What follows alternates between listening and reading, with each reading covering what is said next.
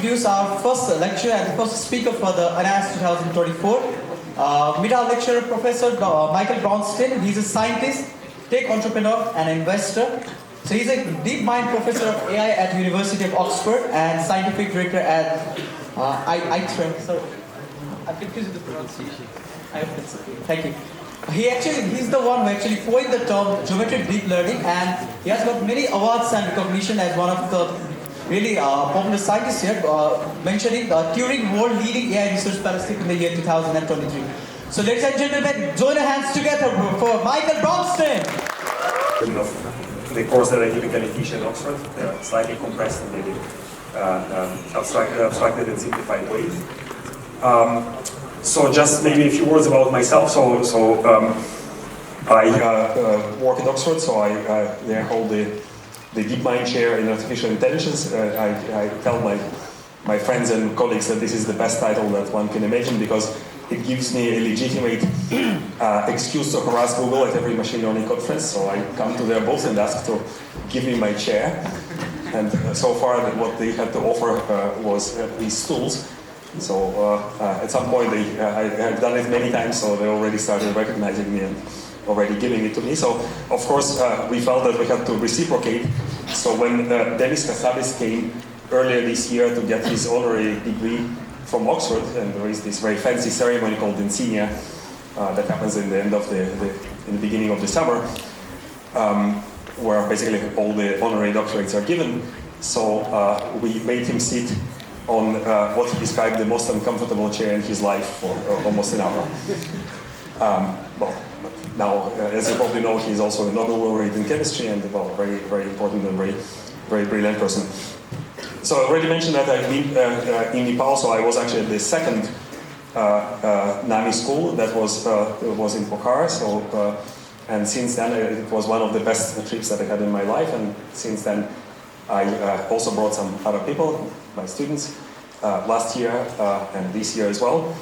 And I'm also very glad that I could come back myself. So you will see the students as well, as they will be participating in giving this course. So we have Ahmed and Enokaris, who are PhD students at Oxford, and Federico is still a PhD student at the University of Lugano, so he's actually finishing. And I hope you will enjoy this class in these days. So the broad topic, well, it's an AI school, right? And we talk about artificial intelligence, so you probably read about it in newspapers. It's a household name, but I must admit that I have no idea what artificial intelligence is, and probably if you ask different people that are working in this field, you will probably hear different answers. And historically, somehow, artificial intelligence was associated with some tasks that were considered to be the hallmark of human cognitive mental effort and creativity and whatnot, right? And typically you can think of something like 4 broad categories of tasks, like visual perception, faculty of language, playing intelligent games, and some form of creativity and art, right? And since artificial intelligence appeared in the 50s, generations of researchers tried to replicate in some form these capabilities in a machine. And nowadays, well, we're actually pretty advanced in this sense. So we have, for example, self-driving cars, right, that are based on vision. So you can say that the perception problem in some tasks is already better than human. We have applications like ChatGPT, right? So they have faculty of language, so they can translate from one language to another. They can understand what you type. So we're already talking about being significantly past the Turing test, right? So faculty of language is done. Obviously playing intelligent games, right? So chess and Go. So that was, yeah. Basically, we have this as well. So chess was the first to surrender in the late 90s. IBM Deep Blue, and more recently, about 10 years ago, was DeepMind's AlphaGo and then AlphaZero. So basically, now computers play all these games by far better than humans. We also have some exciting recent innovation, basically potentially changing the way that science is done, right? So the scientific discovery process potentially can be delegated to the machine, and we are talking about probably something that will happen in the next years, maybe in the next decade. And yet, it's hard to say that we have artificial intelligence, right? Or what is typically called the artificial general intelligence. So I don't want to use this term. In this course, we are talking about machine learning. So this is a much better defined set of methods and algorithms. And in particular, we'll be talking about deep learning, which is implementation of machine learning algorithms using neural networks. And we will be talking about a particular type of neural networks that incorporate some form of geometric priors. We'll explain exactly what we mean by this. So that's why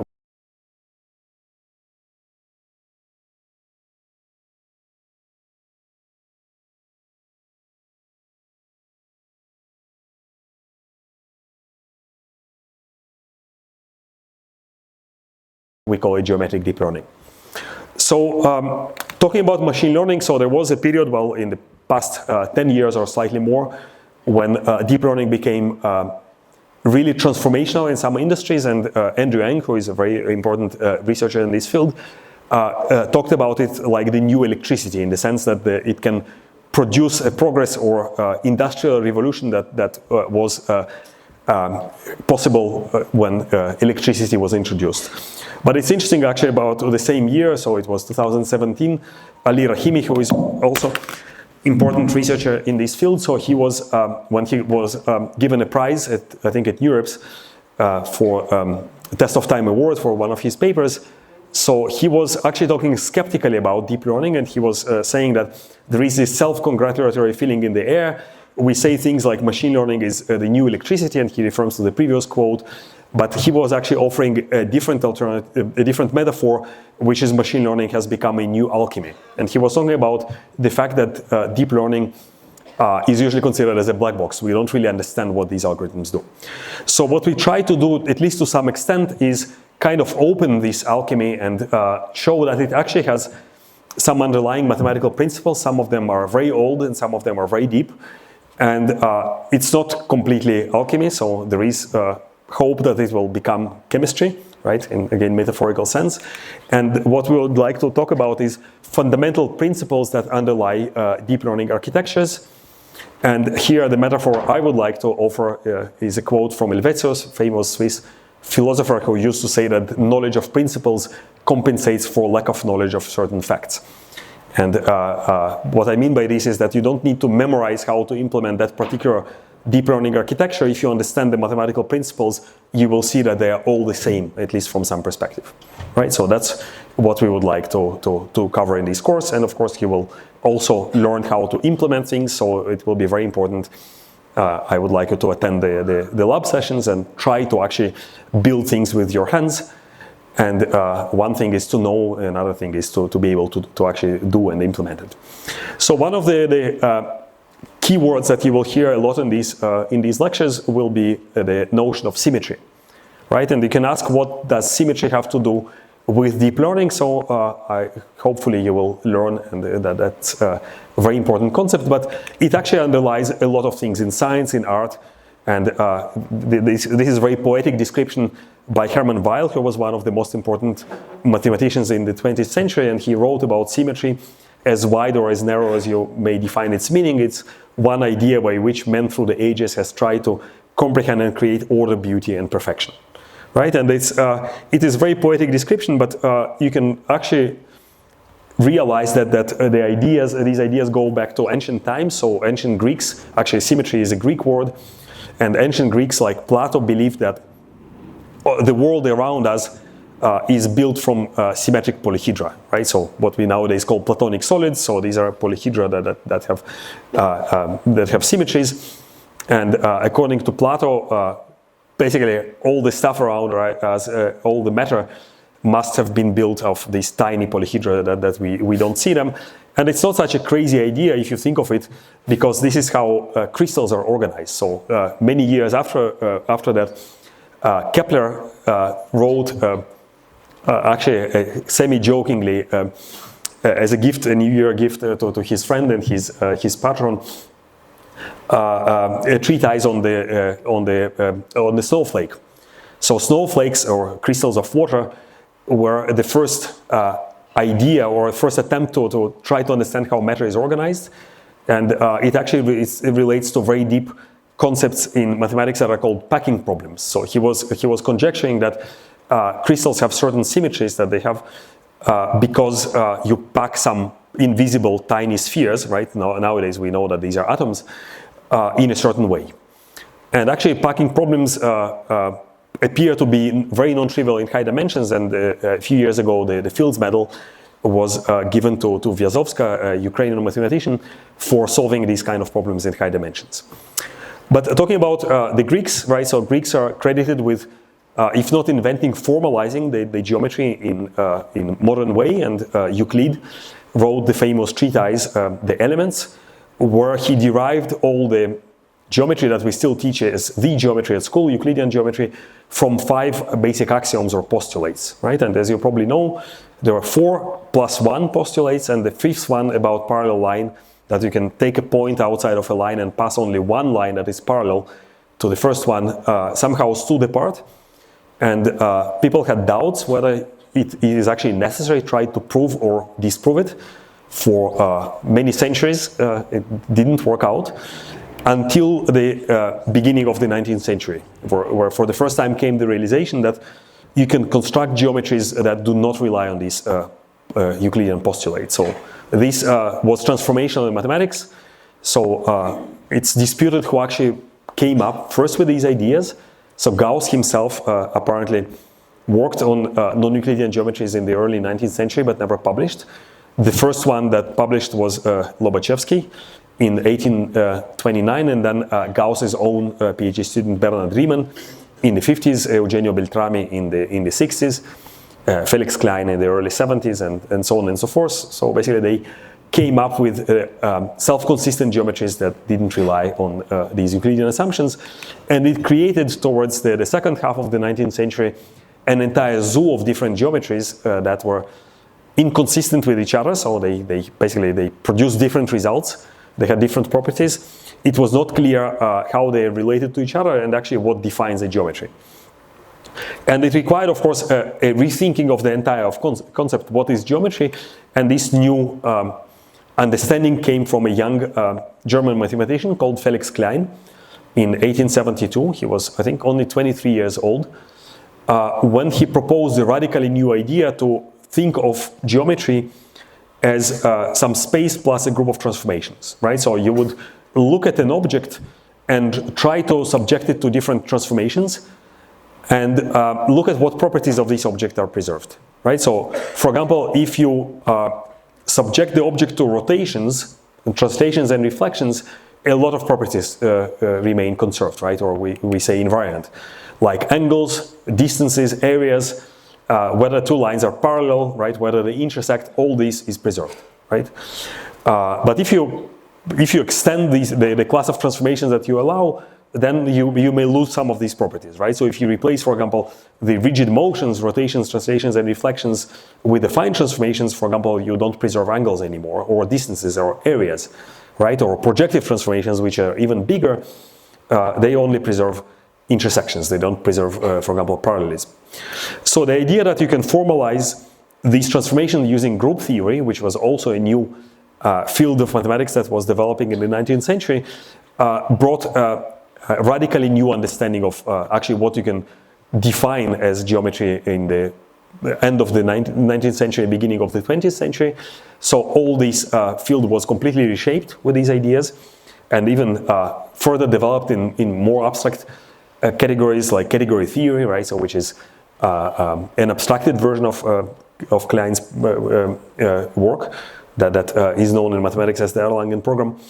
But what is probably more important, even in the 20th century, came the realization that the very laws of the universe can be derived from the same principles. So basically, the idea that you can use symmetry as a guiding principle, for example, to understand conservation laws, this was proven by Emmy Noether in the beginning of the 20th century.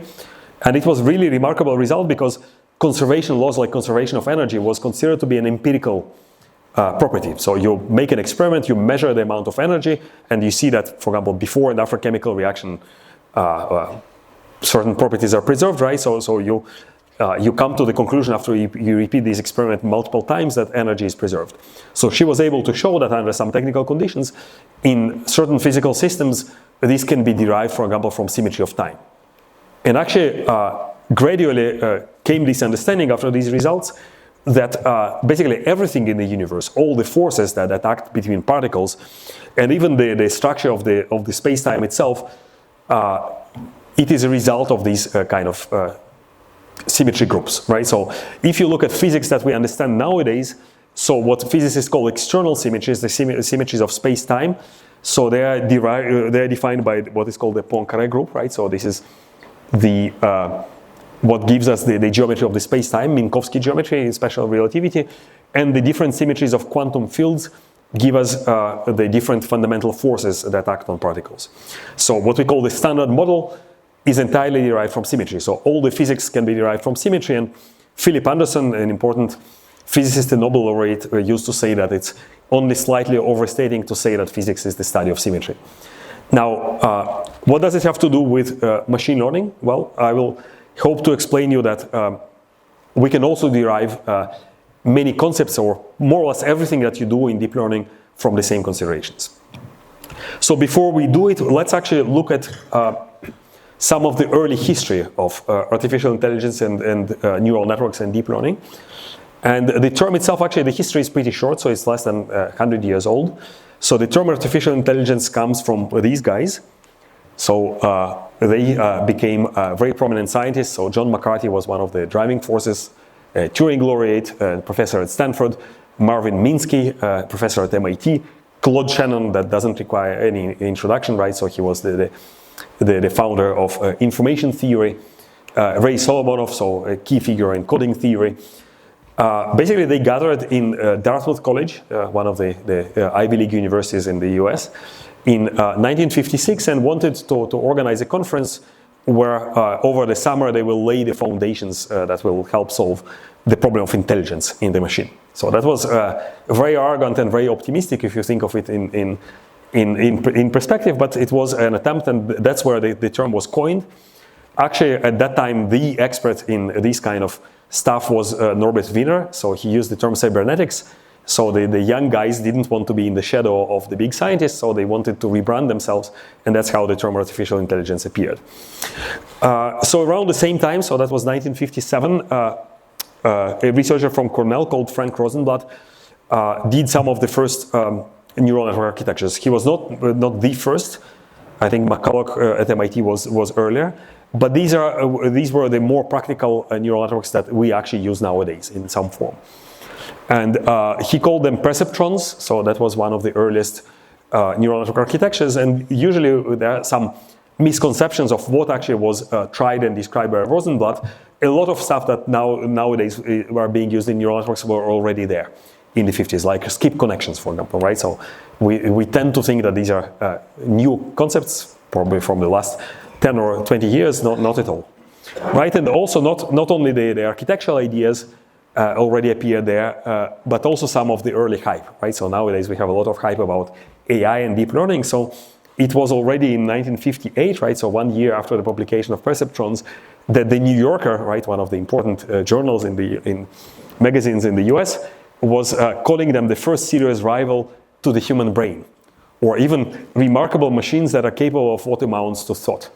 Right, so this, if you look at what was actually available and possible in the 50s, I think it sounds ridiculous, but nevertheless, the hype was there. So at MIT, for example, in the 60s, Seymour Papert, one of the important researchers in computer vision, proposed a summer project where they wanted to connect a camera to a computer and solve on a machine to emulate the function of the visual cortex, right? So to solve computer vision problem. We don't have it solved even nowadays, right? And with technology of the 60s, it was impossible. So it was very clear that it's just a matter of time when this hype will bust.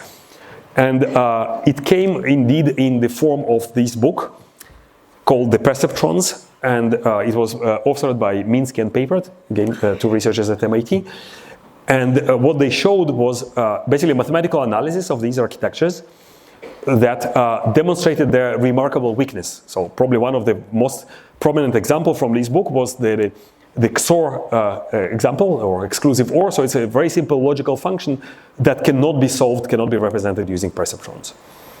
And it is usually by historians of AI, this is described as the event that triggered the first AI winter. So the reality is actually different, so that's definitely not the case. First of all, what they called perceptrons in their book is very different from what Rosenblatt called perceptrons in his book. So they considered a very simple mathematical abstraction, right? So this kind of single layer neural network with sigmoidal activation. So it was just a coincidence to honor the pioneering work of Frank Rosenblatt that they called it perceptrons, but he considered multi-layer architecture with skip connections and recursive connections and more interesting and more sophisticated things. Probably what is more important for our discussion is the subtitle of this book, that you can probably not see it here because it's too small, but the book was subtitled An Introduction to Computational Geometry. Now, many of you probably have studied computational geometry as a class in your computer science degree, but at that time it didn't exist. So they were the first that invented the term and invented the field. And actually some colleagues that are writing a review of the book were asking whether it will become a field in mathematics or it will be just some kind of hype that will disappear after a few years. And of course we know nowadays that it's a serious research field that has become prominent on its own. So it was really a pioneering book. Actually, the cover itself shows examples of patterns that have different connectivity. And it's even for a human, it's very difficult to see that one of them is connected and another one is not.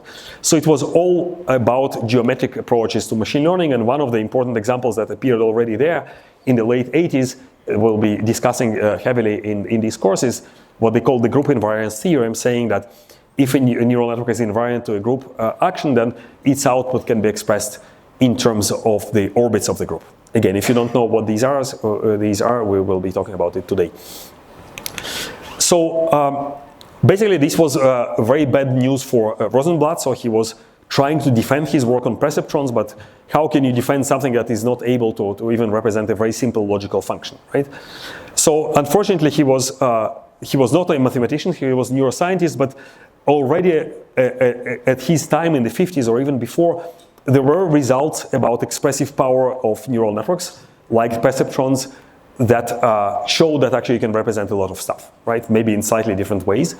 This is what we call universal approximation. Again, we'll talk about it in more mathematical details, but for example, Kolmogorov and Arnold in the Soviet Union in the 50s already showed that architectures like the perceptron, well, they were talking about mathematical problems in an abstract form, but you can relate them to neural network architectures, are able to represent any multidimensional function to any desired accuracy, right? And more recently in the 80s, specific results for neural networks appeared. So what universal approximation results tell us, so it's a class of mathematical results, what they tell us that if you have a two-layer perceptron, so you must have more than one layer, it can approximate a continuous function to any desired accuracy, right? So give me anything that is very arbitrary, right? Because continuous functions, it's a very mild assumption about what your functions are. You can represent them as accurately as you want, right?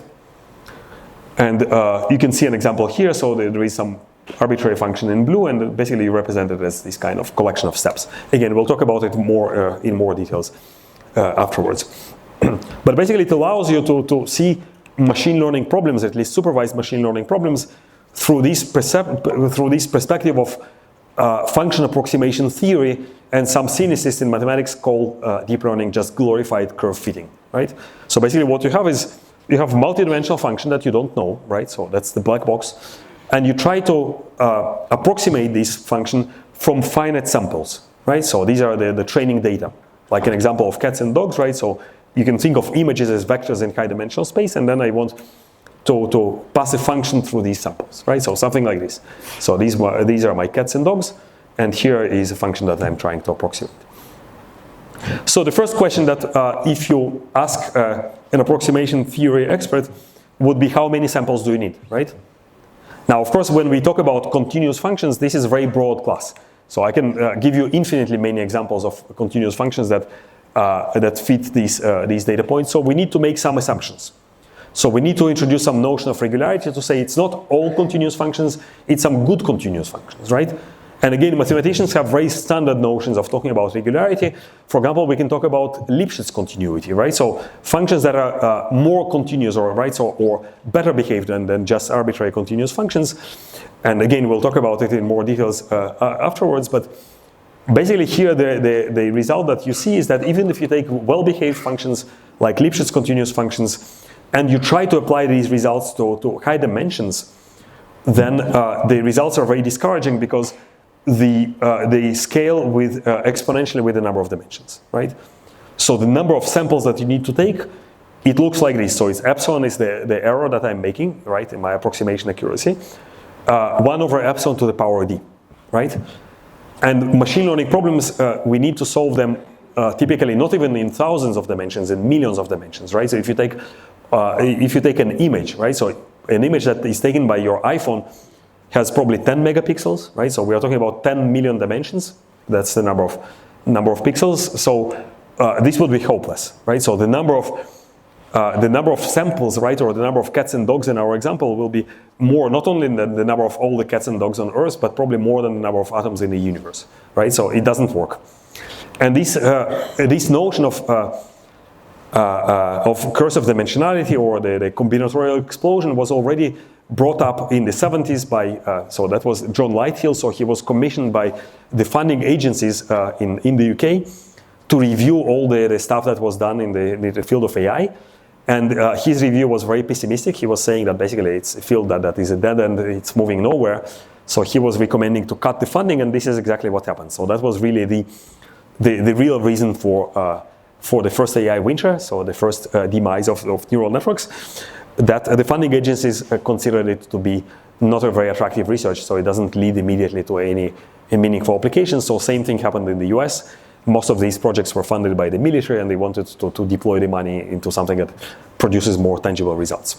Okay. So what happened in the meantime was some enthusiasts were still working on neural networks, right? Maybe in disguise or in different ways.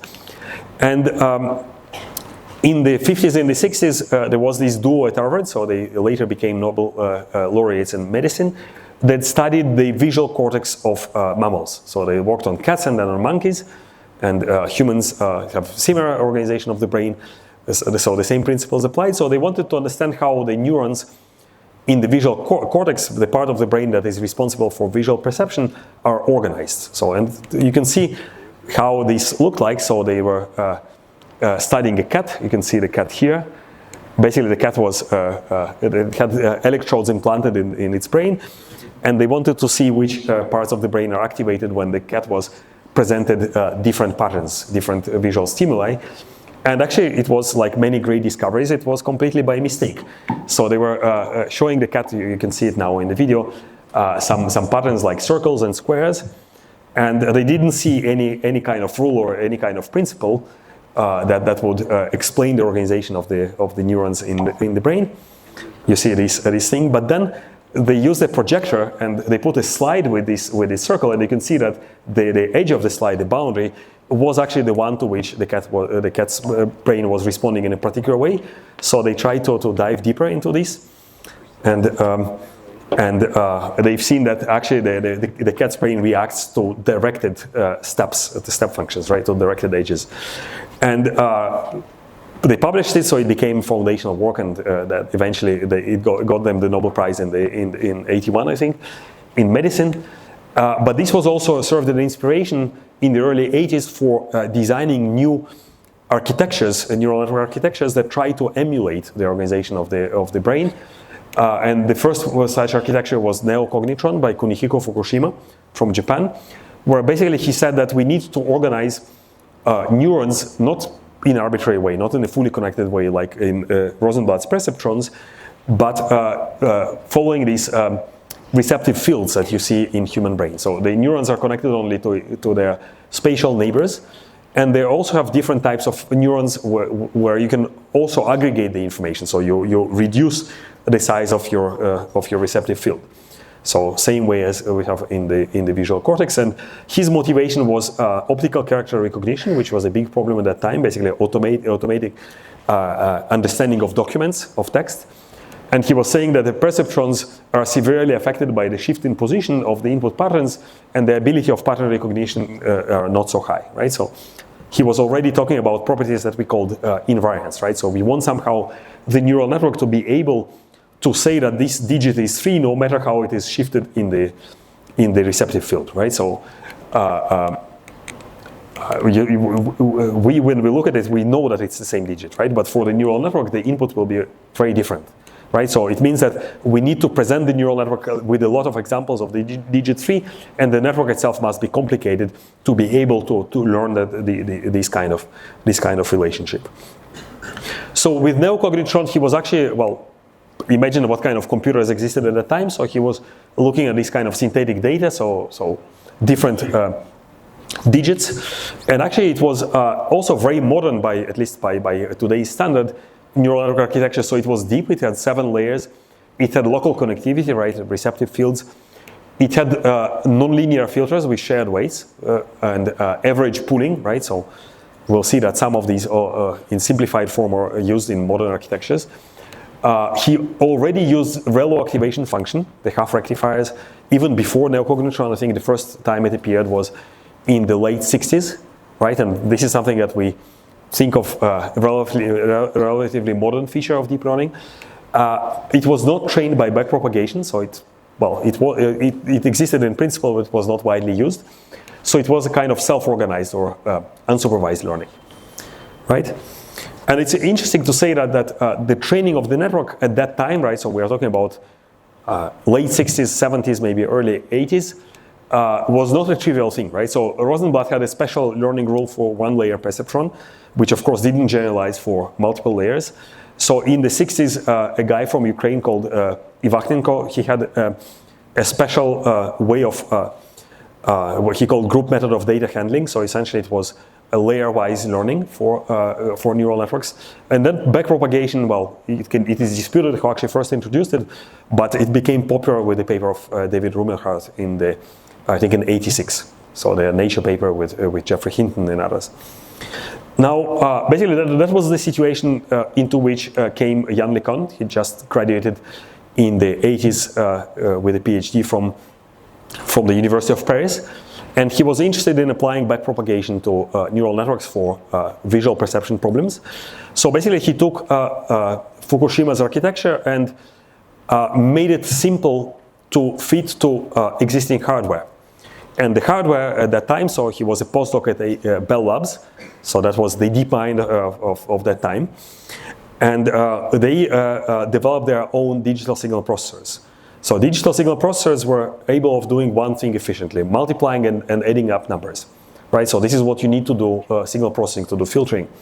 So basically he simplified all these neuroscience terminology of Fukushima and made it essentially convolutions. Actually in the first paper in the '89, the term convolutional neural network didn't appear. It appeared only later in later publications.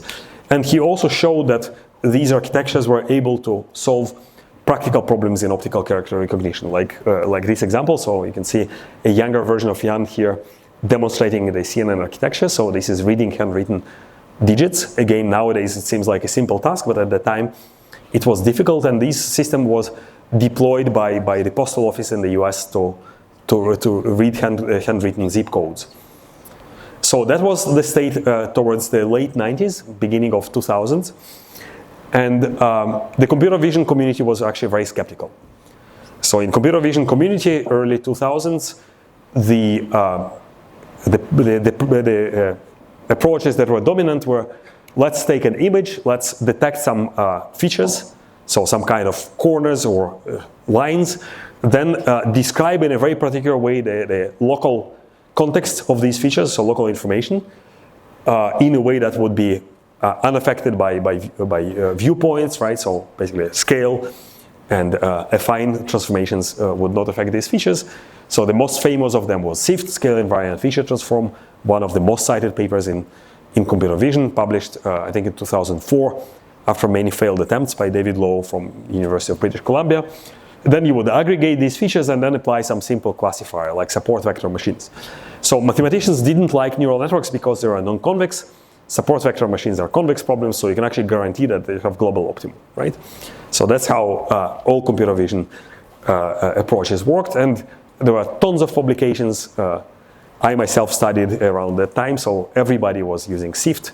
People were inventing new feature transforms. Entire careers and tenures were given for for these kind of works, it all disappeared into oblivion in the last 15 years. And the reason was that the deep learning caught up. And one of the main ingredients for it was availability of large and high quality data, which came in the form of a benchmark called ImageNet. So it was an image classification benchmark that was introduced by Fei-Fei Li from Stanford. And basically it was a competition, annual competition, where you could use a subset of, I think, 1.5 million annotated images to train your architecture, right? So whether it's, most of them were not used, not based on deep learning, and then test on some withheld images. And the typical error rates were something like 25%, right? So in 2012, everyone was shocked in the community by a new method that was based on convolutional neural networks that improved the results by a big margin. And that was the famous AlexNet that was developed in Toronto by Alex Krzyzewski from the group of Jeff Hinton. Basically, it was a big convolutional neural network, not very different from what LeCun used in his works, but bigger. And it was remarkable, trained on a pair of GPUs for 2 weeks. So it was actually not the first work that tried to apply convolutional networks to vision problems. It was definitely not the first work to use GPUs for neural networks. That was almost a decade before. Not the first general purpose use of GPUs for general purpose computation, yet it became one of the most transformational papers in history of AI. And the reason is that it was in the right time, in the right place, it solved the right problem. So it was a notoriously hard problem in computer vision, and everyone was convinced. So earlier works were just a bit short of this, right? So after this, after ImageNet was solved, or at least improved by a large margin by convolutional neural network, all the field shifted to deep learning. Now, if you want to understand the deeper reason for why actually deep learning is important and makes sense in these problems, so if you think of how software works, right? So when you write software, you start with basically writing down your best understanding of the problem in the form of some logic, right? So typically in some programming language, then you apply it to some data, and then you get some output, right? So this is what people in computer vision try to do. So let's create a model of a human face, right? Or let's create a model of a human body, or a dog, or a cat. The problem is that we don't have an equation of a cat, right? It's very hard to say mathematically what makes a cat look like a cat, right? So it's really difficult to program this into a computer. So what deep learning does basically changes completely the paradigm. So this is what Andrei Karpathy calls software 2.0. So it changes the order. So instead of giving the logic to a computer, we give examples of data and desired behavior, right? So in machine learning, this is training data. So it's examples of inputs and outputs. And then we hope that this software 2.0, right, so mostly implemented as a neural network, in some training process will infer the logic correctly, right? So you don't have an equation of a cat, but you have a black box with a lot of tunable parameters that somehow, if you show it thousands of examples or millions of examples of cats and not cats, will learn itself how to recognize them, right? And of course, the rest is history. So in 2018, the Turing Award was given for deep learning, and this year, the Nobel Prize in Physics, for some reason, was given to Jeff Hinton and John Hopfield for deep learning. So it is really a groundbreaking achievement, and probably you can dispute who should get this award, but it's definitely cumulative work of a community that has been around for decades. So before we move to some more concrete mathematical principles, let me show you maybe a parallel line that is important for some of our discussions, and I would like specifically talk about graph neural networks. And as you will see, they have some roots in chemistry. So if you think of chemistry, right? So chemistry is actually pretty modern science. So it emerged in the probably late 18th century, but more correctly, probably in the beginning of the 19th century, from alchemy, from all these crazy ideas about the philosopher's stones and all these kind of theories that were not proven by experiment, into modern science, into rigorous science, into scientific method. And it was also one of the first sciences that produced massive amounts of data. Different compounds and different chemical reactions that you had to catalog and to describe for chemists to be available and consultable. So the first chemical journals appeared in the beginning of the 19th century, where they documented different compounds, what happens if you combine them in a certain way, right? Chemical reactions, and these things grew massively. So in the beginning of the 20th century, so this famous Bronstein handbook had something like hundreds of volumes, hundreds of thousands of pages. All the knowledge in organic chemistry was totally unmanageable, right? And also chemical abstraction services that try to capture all this information. Why this is important? Because, for example, if you're a pharmaceutical company and you try to patent a new compound, basically a new drug, how would you know that somebody else has not already described it, right? And for companies, these are multi-billion investments, so they need to know before they embark on developing some compound that it has not been discovered before, right? That it's new and it's their own intellectual property. So that's why these companies were interested in some of the early works in chemoinformatics. So still when computers were based on punch cards and even not digital mechanical computers, basically how do you take a molecule and you represent it in form of some code that then you can efficiently search in a database that might contain millions of compounds, right? So one of the early people who worked on these problems was Georg Vladuț. He was Romanian, but most of his career he spent in Russia, in Moscow, and he thought of molecules as graphs and tried to represent graphs as basically these kind of strings, right? And chemists, when they look at compounds, of course, there is some nomenclature, some standard way of describing molecules as strings, right, like smile codes. But that's not how chemists think of molecules, right? So they think of them as structures. So, for example, when a chemist looks at this molecule, they see an aromatic ring, that they know already what kind of properties this molecule has, right? And here you have some substructure that might be converted into this structure with some chemical reaction. So it's a very different mindset. So basically, Vladuț was proposing to think of molecules from the perspective of graph theory. And it's actually interesting that graph theory, even if it originated way before, the name graph was introduced in the context of chemistry by Sylvester, trying to describe the early structural formula that appeared in chemistry in the late 19th century. And Vladuț was working with these two guys, two mathematicians, also in Moscow, that are credited with the development of first graph isomorphism tests. We'll talk about it more in details tomorrow. Basically, we'll see that there is formal analogy between graph isomorphism tests and message passing architectures that are used in graph neural networks. So graph neural networks also themselves have a long history, so probably some of the early works go back to the 90s. For some reason, Italians contributed to these early works. So the term graph neural network appeared in 2005 in the work of Scarselli and Gori. And it is interesting that actually graph neural networks were brought back in chemistry by David Duvineau and Justin Gilmer. So they were trying to predict properties of molecules to replace some of the traditional handcrafted features, same way as it happened in computer vision. So chemists also have their own kind of way of describing molecules with handcrafted or hand-engineered features. So they showed that you can do way better and way faster with graph neural networks. So special type of graph neural networks were used also by DeepMind in this famous holy grail problem of protein structure prediction. You probably heard about AlphaFold, right? So that's predicting the structure, three-dimensional conformation of a protein molecule from the sequence of its amino acids. If we have time at the end, I'm happy to talk about it more. And it was a groundbreaking result, so that was the kind of ImageNet moment of structural biology. So a group that has never worked on proteins comes out of nowhere and beats everybody by large margins. It appeared on the cover of Nature, so one of the most important journals in the field. And of course, this year, they received the very deserved Nobel Prize in Chemistry for computational protein structure prediction and protein design.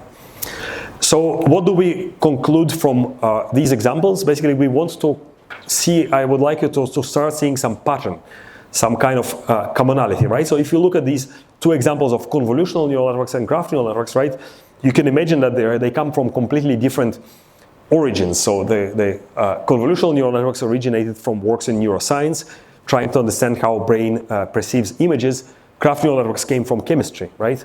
what could be more different than these two things, right? So even the type of data that we deal with in these fields are very different, right? So images live on grids. Graph neural networks operate with molecules that are represented as graphs, right?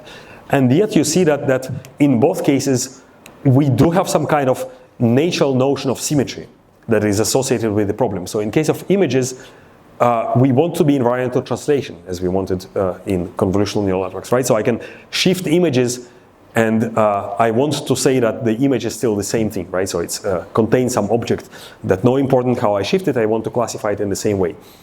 In case of graph neural networks, I want to be invariant to the way that I order the atom in the molecule, right? So no matter whether I call this atom number 1 or this atom number 1, right? So it's still the same molecule, it's just a matter of representation. So another thing is that we can also come up with some kind of mathematical operation that respects this symmetry. In convolutional neural networks, as the name suggests, this is convolution. We'll call these kind of operations translation equivariant, right? Meaning that I apply the same operation everywhere in the image, so it's what changes is only the data. Same thing in graph neural networks, we'll be calling these kind of operations permutation equivariant, and this will be implemented by message passing. Okay? And basically these are foundational principles, so this is what we call geometric deep learning. As we'll see, there is a common denominator to all these architectures. You can formalize it using geometry or specifically group theory, and this is the kind of reincarnation of the ideas that appeared in the 70s of the 19th century, the Erlangen program of Felix Klein, in application to geometric deep learning. So same way as he unified the zoo of different geometries that existed at that time, we want to unify or offer some kind of mathematical common denominator to architectures that historically were developed from different reasons or for different problems and at different times. And you can see that basically all this stuff can be derived from the same blueprint. Basically what we'll be describing is that you can consider your problem as some kind of geometric domain on which your data lives, right? Then you have the data, and then you have the functions that operate on the data. So in case of images, the domain is a grid. The signals that live on the grid are images, right? So you just have a function that goes from the grid to some space of, for example, RGB colors. And then we have functions that are that take as input these signals, right? These images. And we want these functions to respect the symmetry that is associated with the domain, which in this case is, for example, translation, right? So, and the way to implement these on grids will be in the form of convolution. You can actually define convolution in this way, right? So you can derive convolution from translation symmetry. On graphs, we'll see that this is permutation invariance, and we can implement it in the form of message passing. And you can actually derive new, completely unseen architectures before. You can combine different symmetries, right? So if you have a graph that lives in a three-dimensional space, so every node has also three-dimensional coordinates, we can also talk about symmetries of the data, not only symmetries of the domain. And this is what is called equivariant graph neural networks or geometric graph neural networks, and that's the kind of architectures that were used in AlphaFold 2. So in same way as in physics, I remind you, we have this view of external and internal symmetries, right? The symmetries of the space-time and the symmetries of the quantum fields. We can also talk about the domain symmetry and data symmetry in our examples, okay? And by combining these invariant or equivariant layers, we can build complicated architectures that are derived from the same principles. And we can apply it really to different domains, so we'll be talking mainly about graphs, but also a little bit about more general group convolutions and grids. So you can connect it if you're familiar with signal processing, Fourier transforms, so we'll see that all these also can be derived from principles of symmetry, and that's what we call the 5G of geometric deep learning. And really more or less anything that exists in graph neural network architectures, whether it's CNNs, whether it's LSTMs, whether it's deep sets, transformers, GNNs, some exotic equivariant versions of GNNs, some more exotic mesh CNNs, topological message passing, and so on and so forth, they all boil down to the same principles. You can all derive them from choosing some domain and attaching some symmetry group to it. And these methods have really become very prominent especially in applications of AI for science, because in sciences, physics, chemistry, symmetry is a very natural notion, so it comes associated with your problem. So you can see applications of geometric architectures in physics, problems like new material discovery and new material design, chip design, problems in biology, protein design, chemistry, even developing new antibiotics, even in pure mathematics and weather forecasting, right? So you just name it. And there is a multi-billion industry around it, especially in the pharma and the biotech domain. So multi-billion companies that are built on these principles that try to develop new drugs that will, at some point, will help us solve some of the diseases that are currently incurable. Even predicting the behavior of football players can be addressed using geometric deep learning, right? So this is one of the works of my colleagues from DeepMind. So let me just briefly talk about the logistics of the course. So I know that we had some initial delays, so we have to slightly rework the schedule, and we'll probably present it in more details tomorrow, but basically we're now done with the introduction. So I will then talk about basics of ML in high dimension. So I believe that you have seen it in this way or another, but for me it will be a way to convey the message that we have the curse of dimensionality in traditional approaches to machine learning, and in order to deal with these problems we need some new ways of thinking of regularity, and this will be covered in a lecture that will be given by Okaris on geometric priors. And then today we'll not have the lab session, it will be moved for tomorrow. So you can also see, I hope you received it. If not, then we should ask the teaching assistants to share it, some pre-reading and some material. So we have different sources for this course. So we have mathematical background. So if you are lacking something, so Okaris prepared a nice booklet that contains basically all the basic definitions like group theory, analysis, operators, vector spaces, you name it. We also have the GDL book, so a long paper and chapters of the actual book that we are writing, and the website geometricdeeplearning.com, where you can find the lecture slides of the Oxford course, video recordings as well of some earlier versions of this course, and also some references. And this lecture is based on these references. You can also find a high-level summary of it. So before I move to the more mathematical stuff, do you have any questions? Yep. So probably we need a mic there. I don't know how it works. Maybe try to shout. Yes, so like point of symmetry that one program is basically to model some equivalence classes. So in case of CNN, what's the equivalence? So the question is whether you know the symmetry a priori, right? Yeah, so in many problems you know the symmetry, right? So and it's a good question whether the symmetry is right? Because in images, you can argue that the transformations that images undergo are not even described by groups, right? So, for example, perspective transformations are just an approximation. So, yeah, so it's a trade-off between how much you bake into your architecture and how much you basically you relegate to the data, to data augmentation. It's an abstraction and simplification of the problem in many cases. In many problems, especially in the scientific domains, like in physics, we actually know exactly what the symmetries are, because that's how the world works, right? So that's how physics works. So certain, for example, rotational and translational symmetries go without saying in chemistry, right? Because that's how things are, right? So for example, reflections are excluded because they change the chirality of the molecules, so they modify the properties. So there are some works that try to discover symmetries from the data. We also, Ahmed, for example, has a recent paper where we show that you can learn the symmetries, right? Or you can do it during the training in a particular way. So it's not really a hard answer. So sometimes you can learn. It depends on the amount of data. Whether you have unlimited data, then you can argue that throw everything into a transformer and it will learn everything. I would say that a small finite group or low-dimensional continuous groups are easy to learn. Something as big as permutation is difficult, right? So it's so probably the short answer, it depends on the problem. So in the image, so what's the symmetry there?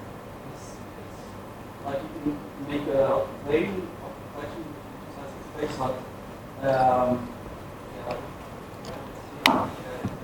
Yeah, so it's well, we'll see in the, probably I don't want to steal the thunder from Okaris, but he will show in the lecture on geometric priors basically why this is important, why actually equivariance is important rather than invariance, right? So if you think of an image, basically the way that we perceive images, we look at some parts, right? So when we look at the face, we look at eyes and we look at nose and we look at the mouth. So if you consider each of these components on its own, and you try to deal with it in an invariant way, you lose a lot of information. Basically, you lose the relations between these objects. So equivariance means we'll talk about it. We'll talk about it in more details. Means that basically you don't throw away the information. You restrict the relative transformations of objects. Okay. Yeah. So we'll get to it. I think these are very good and important questions. What's your name? Okay. Any more questions?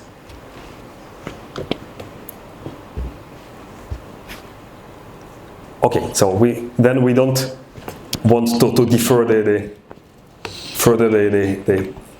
real mathematical discussion. So that was all nice and good introduction. But let's actually talk about learning in high-dimensional spaces. And basically, what we'll see that. If we talk about simple supervised machine learning, it has three sources of error, right? So what we call approximation, estimation, and optimization. We'll see that you need some notion of what we call regularity when we deal with high-dimensional inputs. And you will see that the standard classes of functions, right, or standard notions of regularity are dimensionality cursed. So they don't scale well with dimensionality, which is the regime with which we need to work with machine learning, right? High dimensionality, and this brings forth the need for a new type of regularity, which we call geometric regularity or geometric priors, and that's the core of geometric deep learning, right? So again, let's look at these problems. So we want to do classification of images. So let's say that it's a binary classification. We want to say whether the input image is a cat or a dog, right? So how does it look like, right? So this idea of glorified curve fitting. So let's say that the input are denoted by x and the output by y, right? And x is multidimensional, but of course I cannot draw multidimensional pictures on the slide. So imagine that this is multidimensional, right? So basically what we have in the typical setting, we have a set of observations, right? So let's denote them by x sub I and y sub I, right? We have n such samples, so n examples of cats and dogs, and corresponding labels, y. And we have some function, right? So the function is the classifier, right? So that's the function that tells us whether it's a cat or a dog. So we call this training set, and we want to predict its values at points, right, or inputs that we have never seen before. Okay, so something like this. So I give you a new image, and you want to tell that this is a cat. Okay, so what are the three problems, right, or three questions that somehow implicitly are hidden here? So the first one is how the function looks like, right?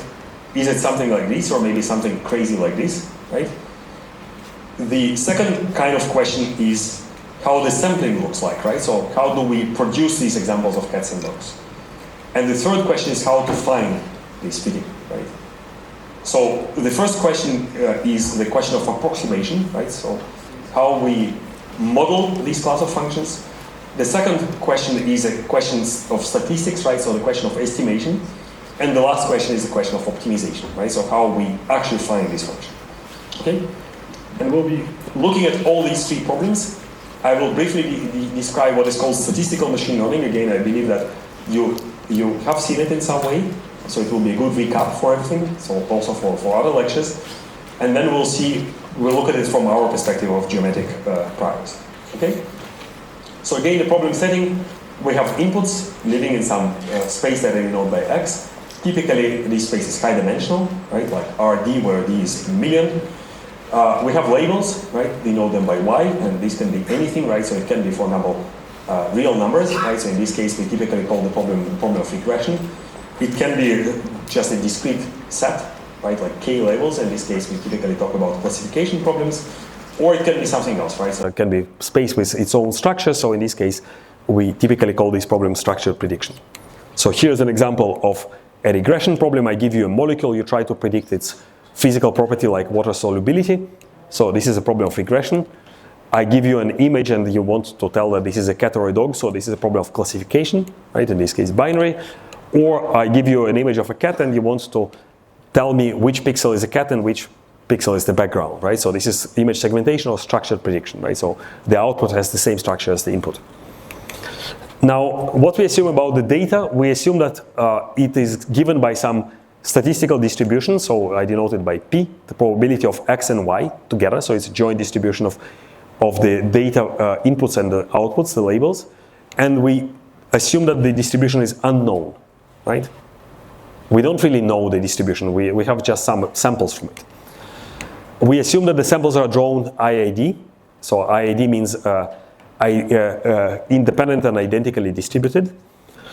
And often what we know from practice is that the data forms some low-dimensional structure in the input space.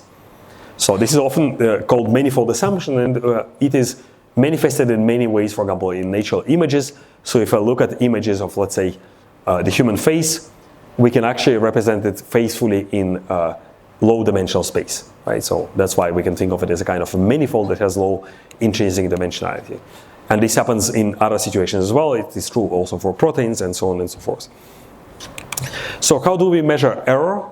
So we use what is called the loss function. So it's a function that takes two labels, so the true one and the predicted one, and if basically it's some kind of distance, right? So it's zero if the inputs are the same, and non-zero if the inputs are different.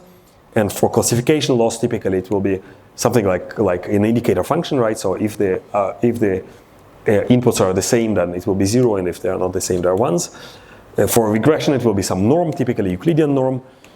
And basically, if I give you some function f, right, the loss of f of x and y will be a random variable, right? Because we draw x and y from some distribution. Okay?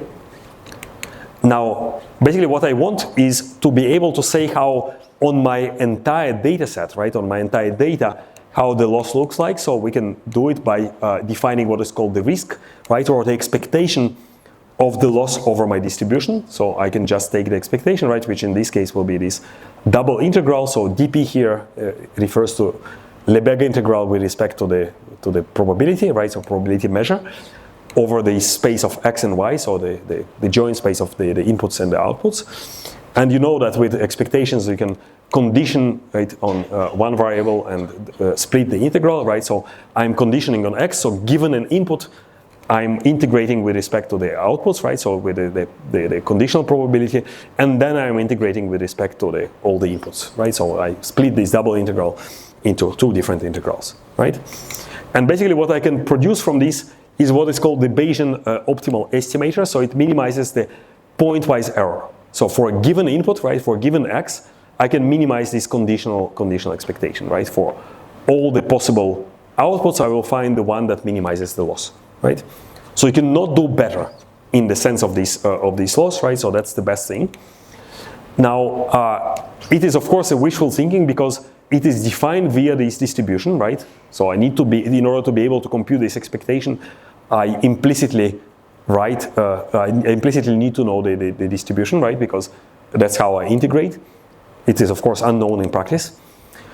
If I look at how this f star, right, so the optimal estimator behaves as a function of x, it can be anything crazy, right? Because there is no guarantee of continuity or whatever, right? So it can be a very complex function. And this is how it looks, right? So again, I cannot draw multidimensional things. So imagine that this is my input space. This is the label space. So we have this joint distribution that I visualize here as level sets, P of x and y, right? So this is my distribution of the data, right? So it's in the input space. And let's say here I have the cats and here I have the dogs, right? So if I give you an image of a cat, right? So for a given input, I can look at the conditional distribution, P of y conditioned on x, right? So it will look like this. And I can do the same thing for other samples. So basically what I can do for every point, right, for every input, I can find the best estimator, right, the Bayesian estimator that minimizes the loss with respect to this input. and it might look like this, right? So this will be my my estimator, and for other points it will look like this. Now, of course, we cannot do it in practice, right? So we need something different, and we need to model our set of functions using what is called hypothesis or model class, right? So it will be some subset of all the possible functions that are typically parameterized with some set of parameters. I denote them by theta, okay? And it can be many different things. It can be, let's say, polynomial, right, of certain bounded degree.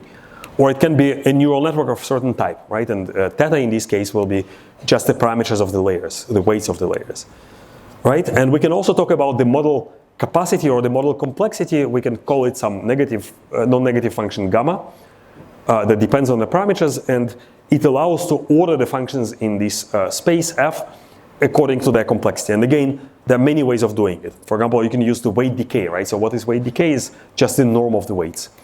Or you can talk about the number of neurons in a neural network, right? So you can say that a neural network with more neurons is more complex, right? Or it has higher capacity. Or you can use things like Sobolev norm, right? So Sobolev norm, it is a mathematical construction, so related to Sobolev spaces. Basically, it's spaces where the Fourier transform decays sufficiently fast, right? So these are some well-behaved smooth functions with fast decaying derivatives, okay? We can also get the model class or model complexity that implicitly comes from optimization algorithm. So for example, if I do gradient descent in undetermined least squares problems, then you will get a solution that has the minimum L2 norm, right? So it's a form of regularization that comes from the algorithm itself, right? So it's not imposed explicitly, but it is somehow the behavior of the optimization algorithm. Now, all this is great, but again, we don't have the access to the distribution, so what we do in practice is we replace the risk, right, or the expectation on the loss on our data distribution with what is called the empirical risk or empirical error. So we have a finite set of samples, right, the training set, and we just take an average of the loss on this set of samples, okay? So typically it will be different from the actual risk, right? So we call this the generalization gap, right? So this is what I would get on all the possible inputs and outputs, and this is what I get on my training set, right? So there will always be some discrepancy. The R hat, right? So the empirical risk, because the samples, we draw them from distribution, so it's a random variable, and you can think of it as an unbiased estimator of R, right? So R, unlike R hat, is a number, right? So it's an expectation of the loss, right? So if this is R, basically R hat will have some kind of distribution with the mean of R, right? So that's why it's an unbiased estimation. Its variance will behave like 1 over the square root of n. And we have all sorts of examples like the Hofding inequality, or there are some Chebyshev inequality or other results that tell you something like this, right? So results of the form of probably approximately correct. So the probability that the generalization gap in absolute value will be bigger than epsilon is smaller than some function of this epsilon, right? That also includes the dimension, that might include that includes the number of sample, right? And this is how a typical result will look like. So we call these results probably approximately correct, right? Now, here I'm making some implicit assumptions, explicit assumptions, in this case, classification loss and being between 0 and 1, otherwise the bound will look slightly more complicated. And what it also tells us, so this is for a given F, right, for a given classifier. It doesn't tell anything about the model class. So for model class, if you want to tell how good is the model class, you need to do some more delicate analysis. So this is in machine learning typically done by using what is called the Vapnik-Chervonenkis dimension, or the Rademacher complexity, or similar methods, and we'll not be talking about them because they are pretty meaningless for deep neural networks, right? So, but these are, of course, they are very important notions in learning theory. So what do we do with the empirical risk? We try to minimize it over training set with respect to the parameters of the model class, in hope that the estimator that we produce, right, it generalizes well. So in other words, the risk that we obtain is small, right? The difference between the risk, what is called the excess risk, is small. Now, if you look at it, this is how it looks like. So we have the the risk, right? So the function that we cannot compute, right? Because it requires the knowledge of the data distribution. And that's our ideal solution, right? So that's the F star, right? So that's the wishful thinking. What we do in practice, we use the empirical risk, so a different function, R hat. So that's the function here, different level sets. And we try to find the best empirical model, right? So you can see that these are potentially completely unrelated problems. So it's like comparing apples and oranges, right? And yet we would like to try to compare apples and oranges in some educated way, okay? And in the empirical risk minimization, we have an added problem that typically these are non-convex problems, so we cannot really solve them exactly. So typically we can solve them only approximately. And achieving a small training error fundamentally depends on the richness of the model, right? So typically it's quantified by the number of parameters. And deep learning often operates in what is called the over-parameterized regime, where the number of parameters in the model is significantly bigger than the number of samples. So it means that we have many solutions that fit the data, right? And in this case, we want to make some informed choice between these solutions, and this comes in the form of regularization. So regularization, sometimes called capacity control, you want in some way to find the simplest solution by restricting the model capacity, and it follows this ancient principle of Occam razor, which gives you the simplest explanation to a phenomenon that you observe. And again, it can come in different ways, so you can constrain it, right? So say that my measure of complexity, right, which we call gamma, is bounded by some parameter delta. You can use it as a penalty, and you can use it maybe as a constraint, right? So you can minimize gamma given the constraint that you interpolate your data points. Or it can come again, as we mentioned, in implicit form. It can stem from the optimization algorithm itself. Okay? So basically, if we look at the excess risk of the estimator, so let me call it F hat, right? So it is our approximation of the best model. It's obtained by approximate constrained empirical risk minimization over this nested family of functions F sub delta, right? So where we control the capacity, right? So what we are interested in is to see how far we are, right? So this is the solution that we get by minimizing the empirical risk. We want to see how far we are from the ideal solution, right? So how bad is the error that we make, right? If we look at the solution that we found by using training set and approximate optimization compared to the ideal, unachievable, wishful solution that we cannot produce, right? So let's look at this difference. I guess, again, you have seen it multiple times. So what I will do, I will add and subtract these two terms, right? And to make the calculation simpler, I assume that the minimum is attained. Usually when we minimize something on a set, we actually don't necessarily have the minimum. So it's correct to write the infimum, right? So, but we might not have a point that actually achieves this minimum, right? But to make things simpler, I will write a minimum instead of an infimum, right? But bear in mind that mathematically it's more correct to write the infimum. Okay, so I added and subtracted the same term here, so I don't change anything. But if I look at this first term, right, what appears here, right? So I'm minimizing R over my models, right? So with restricted capacity, so this is the best model, right? So this minimum, what it produces is the best model that I can achieve, right? So I can write it as R of F sub theta star, right? And if I look at this term, this is our approximation error, right? So it tells us roughly how expressive my class of functions F sub delta is, right? So again, this is our picture. So this is the ideal solution. This is my model class. This will be the best model, right? I don't have now the luxury of looking at all the possible functions, right? So F star can be crazy. My functions can live only here in the model class. So that's the best, right? So that's the smallest value of the risk that I can obtain with this class of functions, okay? So the approximation error comes from here, right? Okay? So let's look again at the remaining terms here. So again, I can add and subtract some terms, so I don't change anything. But now I would like to look at this difference, right? So what I see here is R hat, right? So my empirical risk of F hat, right? So this is my approximate minimizer.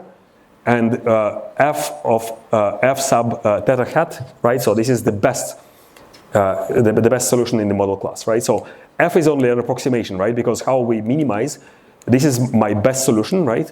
And this is my initial guess, and I will do maybe a few steps of stochastic gradient descent, and this is I will produce this output, right? So it's not necessarily always the optimal solution. Again, I remind you the problem is non-convex, so it's a wishful thinking to find actually the global minimum, right? So there will be some discrepancy between them, and this is the optimization error, right? How far we are from the optimal solution if we compare it to what we actually achieve in practice. Okay? Now let's look at this term, right? So what do we see here is r hat of f theta sub hat, right? F sub theta hat minus r f sub theta star, right? So now we know that r sub f, r of f sub theta hat is the minimizer of the empirical risk, right? So it's smaller than the empirical risk of any other function, right? Including f of theta star, right? So I can write here f of theta star, but I need to change equality with inequality, right? So the quantity that I write here now is bigger, right? Basically bigger or equal. And the same thing here, right? So I can replace it with, now we have two terms, right? So we have this term and this term. I can write it as twice the supremum of the absolute value of their difference over our model class, right? And this is what we call the estimation error, right? And this is how far the empirical risk is from the population risk. Again, we wanted to minimize this function r. We practically minimize this function r hat, right? And the estimation error gives us how far these two things are. Okay? So again, back to our problem. Basically what we see here is a kind of trade-off. So if we change the model class, if we make it smaller, we decrease the estimation error, but we increase the approximation error. If we make our model class bigger, we increase the estimation error, but we decrease the approximation error. So you might have seen it in a different way. So this is typically called the bias variance trade-off. So if we somehow measure the model complexity, we'll see that if we increase the complexity of the model, then the approximation error will decrease, right? Why it will decrease? Because the model is more capable, it is able to express more complicated things, right?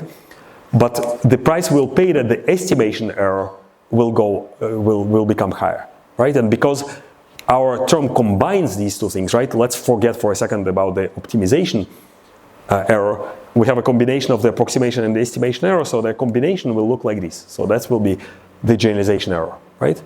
And you typically see it in examples of what is called underfitting and overfitting. So underfitting means that my model is too simple, so I will have a large error, right? So the model complexity is, the approximation error will dominate everything, right?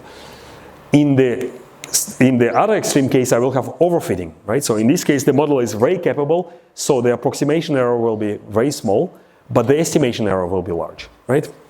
So I want somehow to be in a sweet spot between overfitting and underfitting. I want to have exactly the right model capacity that is suitable for my problem. Now, this is what happens in the classical learning, right? But I remind you that in deep learning, we are in the regime where we have more parameters than the number of samples. So we might have a problem, we might have an architecture, right, or a neural network where we can actually interpolate all our inputs, right? So we can learn, we can memorize the training set, right? So in this case, the error will be exactly 0, right? Because the model can contain all the samples, right? So in this case, what we observe is actually that the error will go up and then it will start going down, right? So this is called the double descent, and this is what we typically see in deep neural networks. We are typically in this part of the plot, right? And this is a phenomenon that is a little bit controversial, so a little bit also some history who discovered it first. So I think the most cited work is by Belkin, but it has probably been observed before. Now, all this is great. Now, what happens in high dimensions, right? So again, we thought about our supervised learning as glorified curve fitting. So if you think of classification problem, what could be the easiest classification, the easiest classifier? So basically the classification implies some notion of functional regularity, right?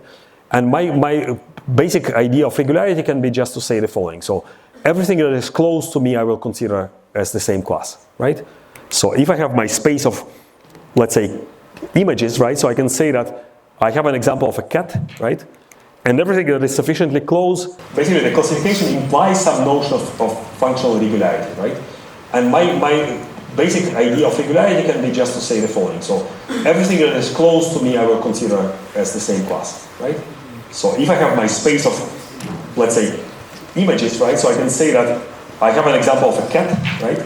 And everything that is sufficiently close, I will call it a cat, right? So this is called nearest neighbor classifier, okay? So it basically, it relies on the assumption that everything that is close to me is similar to me, right? So some form of smoothness, essentially. Now, let's do this following exercise. So if I have cats here and dogs here, right? So everything within the ball are cats, and everything that is outside the ball are dogs, right? So let's do this trick in 2 dimensions. So let's say that we have a unit square, right?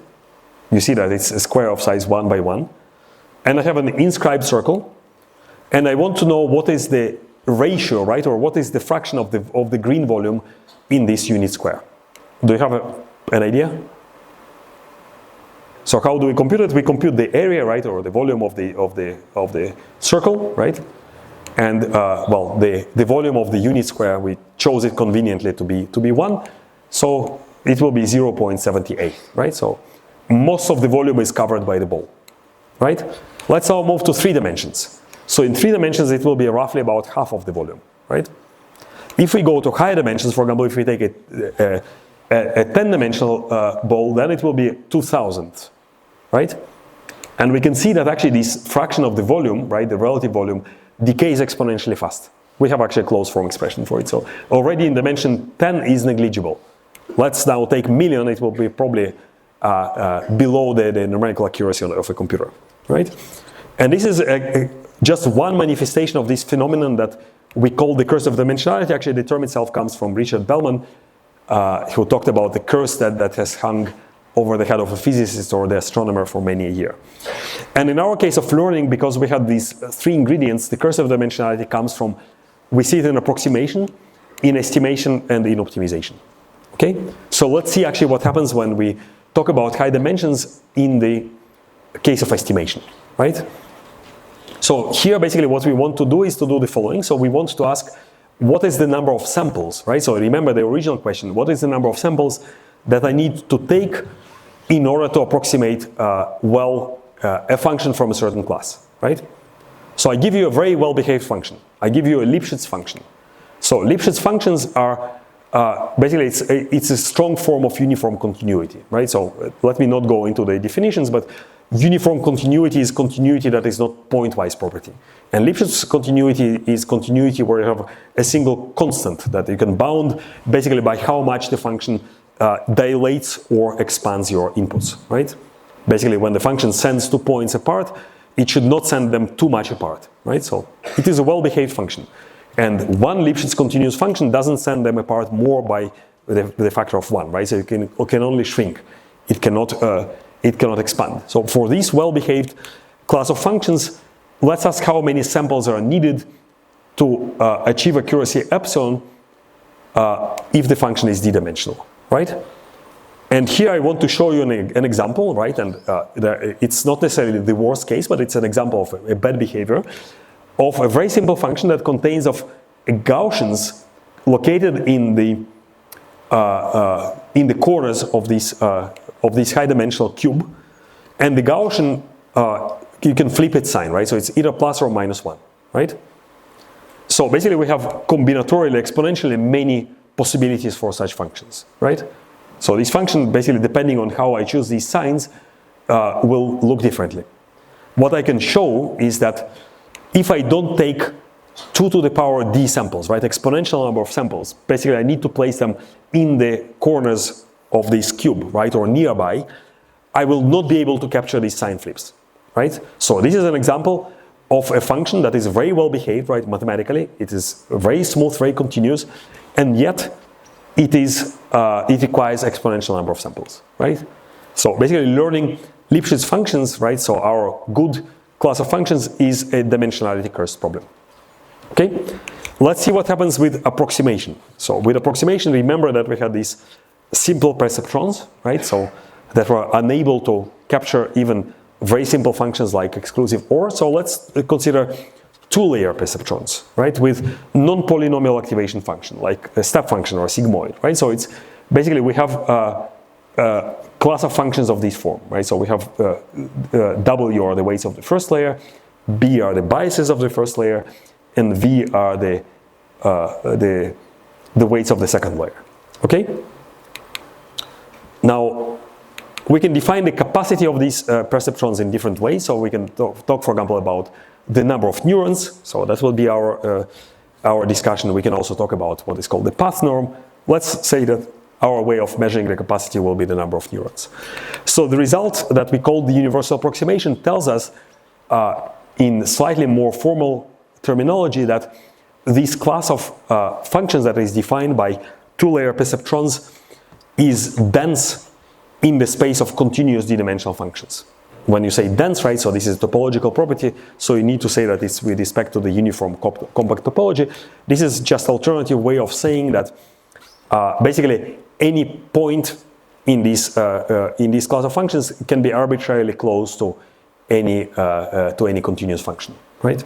So in other words, we can approximate it with any desired accuracy epsilon. How do we see it informally? I don't want to prove this result. If you're interested in mathematical details, I refer you to the paper of Pincus from 1999. But basically, you can realize that this kind of construction, right, where we have these two neurons, can represent a step function, right? If sigma here is a step function, right?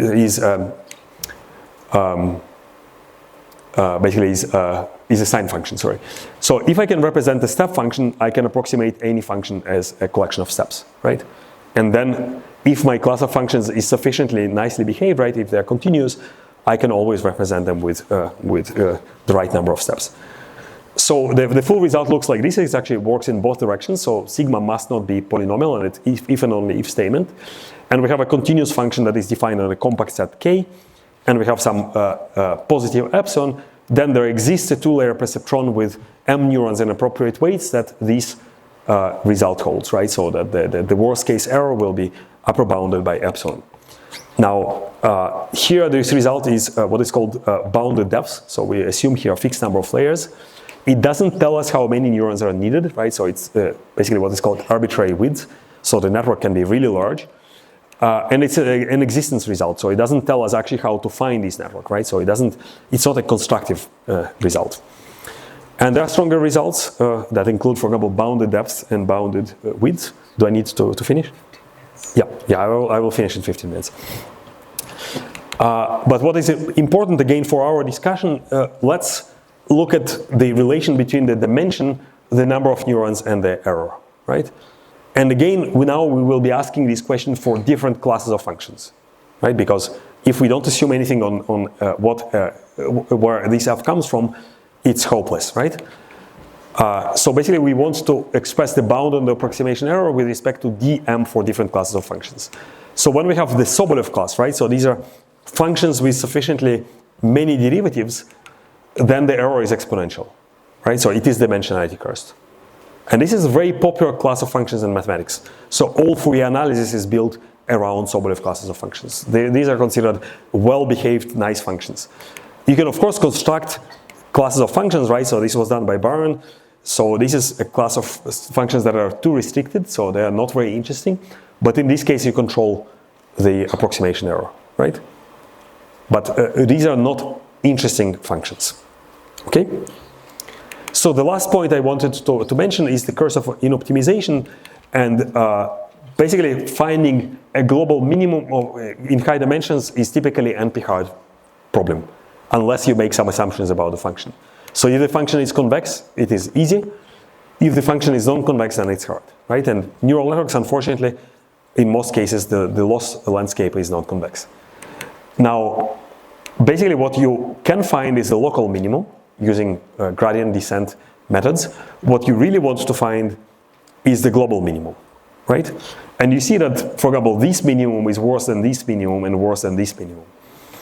So the question is actually how neural networks look like, right? And it appears that in deep neural networks, they tend to have more benign landscapes. So all the minima, local minima, look roughly the same, right? So it will not look like that if I found some unlucky local minimum, it will be very far from the global minimum. It will be sufficiently close. And it's actually, well, it's not really known why it happens. There are some theories, and what also helps is symmetries in the parameter space. So there are symmetries that are related, we'll not be talking about it, but basically the neural network itself, if you look at its weights, it has a lot of interesting symmetry structures. And there are only recent works that try to exploit it. Okay? But basically what we see is that the most local minima are equivalent, they yield similar test performance. The probability of finding a bad local minimum decreases with the depth, and then therefore finding the global minimum on the training set is not useful in practice.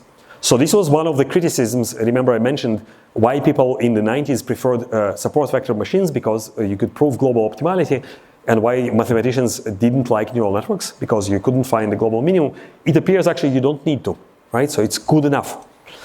And the depth is actually very important. So if you look at the histograms of the loss, right? So if I initialize the neural network differently and I run it and I record the loss at the end of the optimization as basically, and I do it for different neural networks with different depths, you will see that the variance of these losses tends to become smaller with depths, right? So when the network is very deep, like in this case 500 layers, then most of the losses will be roughly the same, right?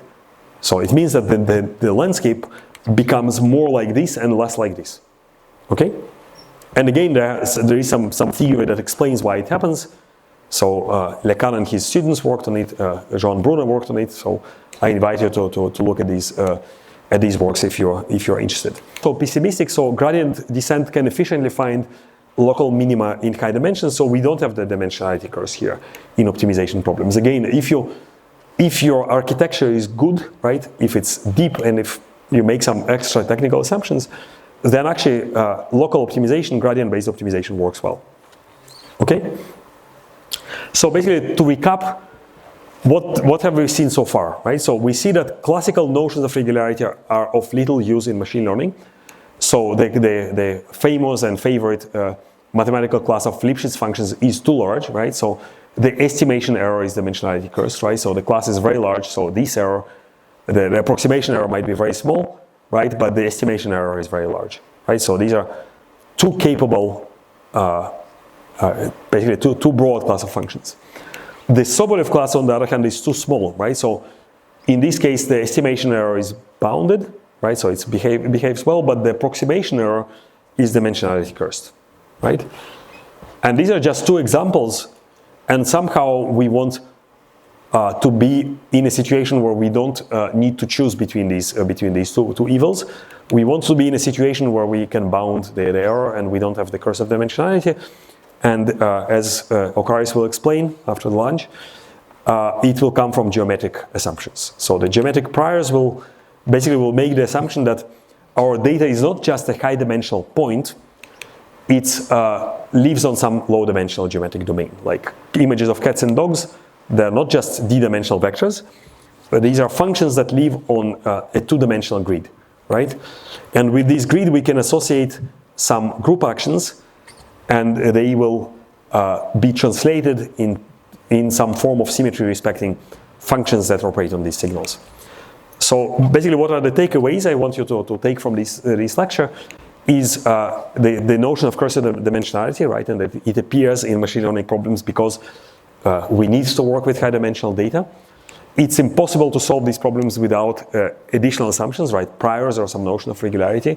The classical notions of regularity that come from approximation theory are not good. And we need to define different types of what we call geometric priors and then implement them in deep learning architectures. So we'll be building in the next 2 days appropriate neural network architectures that incorporate these concepts into them. Okay? So I know that I'm holding you back from the lunch.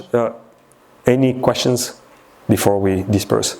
Neural network with a shell function approximation algorithm, we know that. Neural network with a sparse coding, more number of neurons directly fitting arbitrary function. We don't know have they any visual intuition why so in the deep neural network part. So I'm not sure that I understood completely the question, but basically the architecture itself has a lot to do with the class of functions that it represents and the resulting errors. So the number of neurons on its own doesn't tell much, right? So when I talked about the number of neurons, that was the number of neurons in the hidden layer, right? So the parameter m, it was just for this very simple model of a shallow neural network of two-layer perceptron. But in practice, you will make the parameters dependent in some way, right? Like in convolutional neural networks. You can exploit some other symmetries in the weights themselves. So the bottom line is it depends a lot on the design of what you actually do, right? So not, but basically this example was for simplicity of the analysis. Yeah, so in most cases you cannot write actually down these constants for more complicated architectures. My name is Paul Kumar Begin, and you mentioned that symmetry in the previous section and here too. So in physics there is one specific field, the mirror symmetry. How symmetry and mirror symmetry are different than each other? Can you explain? You mean reflections, right? Yeah. Reflections in images. Well, so typically they are not incorporated in convolutional neural networks. They are dealt with by data augmentation. You can easily incorporate it, so you will need, basically it will, so if you think of convolutional neural network as some kind of dependence between the weights, right? So basically some kind of redundancy. So in a fully connected layer you have n squared weights, right? So if your output is from n to n dimensions, right? So it's n squared weights, basically it's a full matrix. In convolutional neural networks, basically it's a multi-diagonal matrix, right? So it's order of n, right? Or even sometimes order of 1 if you restrict the support of the filters. If you incorporate reflections, it will make the weights further dependent. So it means that basically your filters will need to have some symmetry. And this can be generalized to a lot of other things. So you can do, basically for any action of the group, you can design appropriate convolution type operations that will be equivalent with respect to this symmetry. So it might be more difficult to implement it on a GPU. Thank you.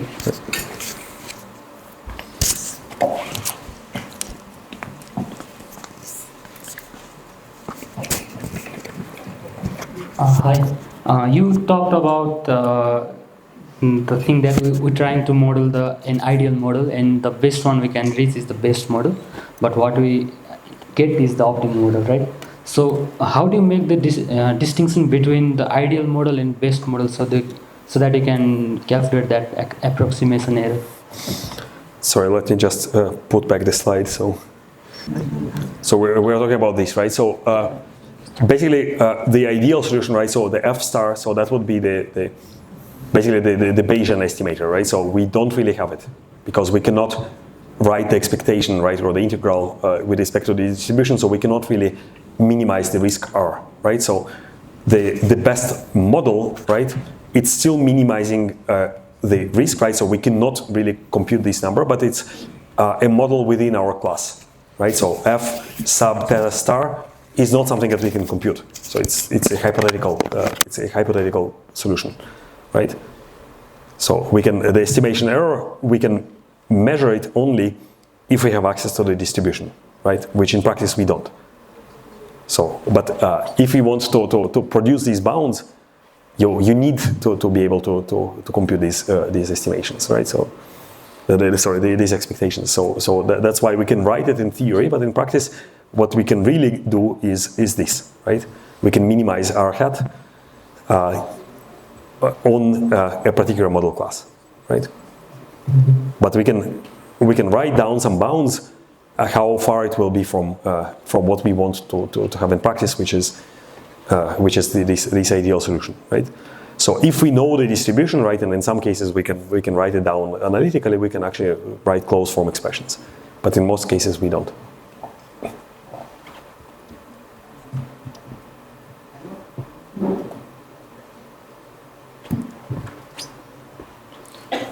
So this will be our last question. After that, we can actually meet Professor Bronstein physically and we can ask the question, okay?